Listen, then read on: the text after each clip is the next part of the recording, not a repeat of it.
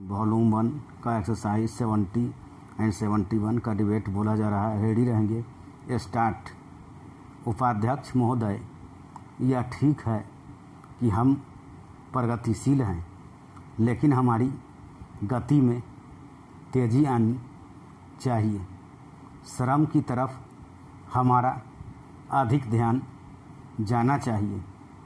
जो पंचवर्षीय योजनाएं हमने बनाई हैं, उनमें हमारा लक्ष्य केवल यह नहीं था कि हम अधिक अन्न पैदा करें। हमारा लक्ष्य यह भी था कि अच्छे आदमी पैदा करें, जिससे कि भारत में रहने वाले प्रत्येक नागरिक का ठीक विकास हो।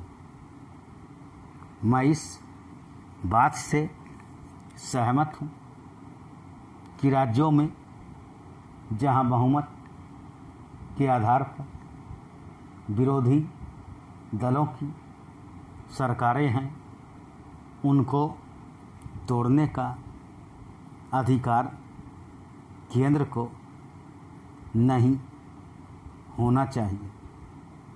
लेकिन फिर भी हमें स्थिति को देखते हुए भेद करना चाहिए।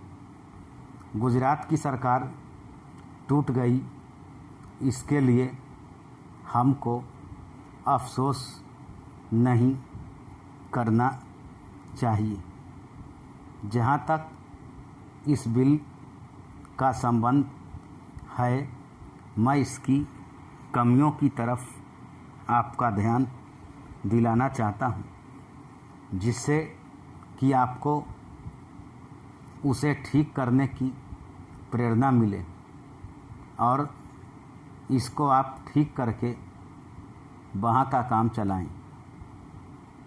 इसका आशा यह भी नहीं है कि जो पार्टी सरकार चलाती है वह सब सही काम करती है, लेकिन फिर भी मैं यह मानता हूँ कि जो गुजरात की सरकार टूट गई वह अच्छी बात हुई है। गुजरात के लिए आपने संसद सदस्यों की जो समितियां बनाई हैं, वह एक ठीक कदम है, लेकिन इस बात का आश्वासन भी आपको देना चाहिए कि राज्य और जिला स्तर पर जो समितियां आप बनाने जा रहे हैं, उनको सर्वदलीय बनाएंगे ताकि जनता की जो कठिनाइयां हैं वे आपके सामने प्रत्यक्ष रूप से आ सकें और उनकी भावना के अनुसार वहाँ पर कुछ काम हो सके। अगर ऐसी व्यवस्था नहीं होती और बाहर के लोगों को आप उन समितियों में रखेंगे जिनको गुजरात की समस्याओं का कुछ भी ज्ञान नहीं है, तो परिणाम यह होगा कि आप गुजरात की समस्याओं को हल नहीं कर सकेंगे। इसलिए मैं सुझाव देना चाहता हूं कि आप इसमें ऐसी कानूनी व्यवस्था करें कि जिससे विभिन्न स्तरों पर सर्वदलीय समितियां बनाई जा सकें और उनके माध्यम से सरकार के सामने सुझाव आएं कि वहाँ पर किस तरह से काम होना चाहिए। गुजरात औद्योगिक मामलों में अन्य राज्यों से थोड़ा भिन्न है, फिर भी वहाँ की स्थिति यह है कि आज भी प्रति व्यक्ति आय 300 रुपये से अधिक नहीं है। आज गुजरात में अन्य राज्यों के मुकाबले सबसे अधिक कर लगे हुए हैं, यह उचित नहीं है। महोदय, आपने जिस उत्साह के साथ मेरा स्वागत किया है उसके लिए मैं आपको धन्यवाद देना चाहता हूँ। आपने ठीक ही कहा है कि मेरा यहाँ आना पहली बार नहीं। मुझे जहाँ तक स्मरण है यह 5वां समय है जब मैं आपके इस सुंदर प्रदेश में आया हूँ। पहल जब 1922 में यहाँ आया था वह एक समय था और आज एक दूसरा ही समय है। उस समय मुझे यहाँ इसलिए आना पड़ा था कि देश के सारे बड़े बड़े नेता जेल में बंद थे। महात्मा गांधी जी भी जेल में थे और प्रायः यहाँ के भी नेता जेल में थे।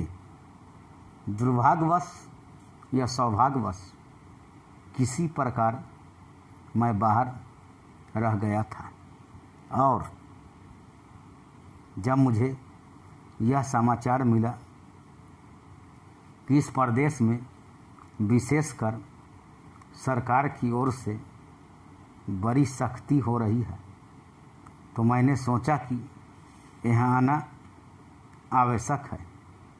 पूज्य मालवीय जी से मैंने इसका जिक्र किया तो वह बड़ी प्रसन्नता के साथ यहाँ आने के लिए तैयार हो गए। यद्यपि उनकी अवस्था उस समय अधिक थी। मैं तो उस समय नवयुवक था। हम दोनों यहाँ आए यह आज से 32 वर्ष पहले की बात है और आपके इस सुंदर प्रदेश का मुझे पहल परिचय मिला। कल जब मैं यहाँ आ रहा था तो मार्ग में मुझे वह जगह दिखलाई गई जहाँ मैं बहुत कठिनता से रात भर बैलगाड़ी पर चलकर किसी प्रकार पहुँचा था। अब तो यहाँ पर कुछ अच्छी सड़कें भी बन गई हैं और कल मैं यहाँ कई मील दूर से मोटरगाड़ी पर चलकर पहुँचा, पर उन दिनों यहाँ पहुँचने का साधन केवल बैलगाड़ी थी और मुझे बैलगाड़ी से घनघोर जंगलों में यहाँ के 3-4 स्वयंसेवकों के साथ जाना पड़ा था। जब मैं उन दिनों की तुलना आज से करता हूँ तो मालूम होता है कि इन कुछ वर्षों में कितना अंतर पड़ गया है।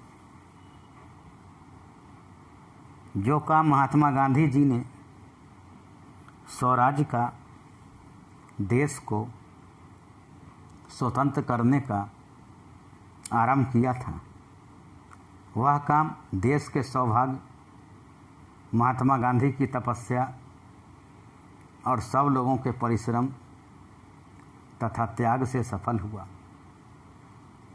5-6 वर्ष बीत चुके जब से हम स्वतंत्र होकर पूरे दायित्व के साथ अपने देश का शासन चला रहे हैं। आज भारतवर्ष में ऐसा कोई स्थान नहीं है